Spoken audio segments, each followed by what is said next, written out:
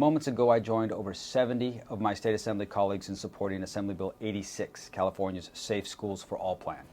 1 year ago this month, COVID-19 turned our world upside down.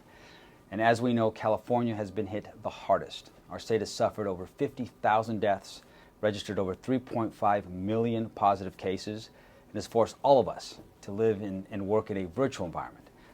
And for most of California's 6.1 million students, over 300,000 teachers, the sudden transition to distance learning and ongoing virtual instruction, it hasn't been easy. It's been overwhelming.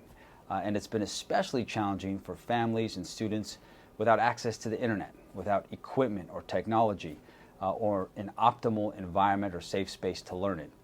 And given these stark realities, it has always been my priority, and a priority for many within the California Legislature, to get our students and teachers back to school, and to get them back to school in a safe learning environment.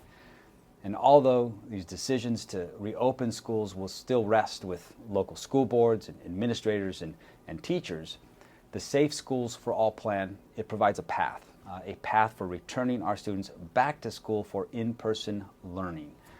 And this legislation, this plan, it offers school districts financial incentives to reopen schools with an initial focus to first return transitional kindergarten through second grade students. Now, in addition to funding that will help facilitate a safe return to in-person instruction, over $4 billion will go towards addressing learning loss that's been experienced by students over this past year. Now, these funds are intended to help school districts fund summer school, tutoring, and mental health services for our students. And finally, this plan, it codifies a 10% set aside of our state's vaccine doses for our education workers. Now, our students, they want to be in class. Many can't afford to wait any longer to return to school. This legislation, it's a step in the right direction.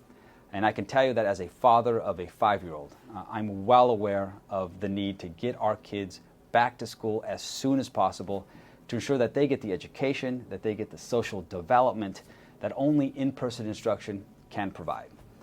I look forward to ensuring that I continue my work with local parents, with students, with teachers, administrators, with my legislative colleagues here in Sacramento, with our governor and his staff, to get all students back to school.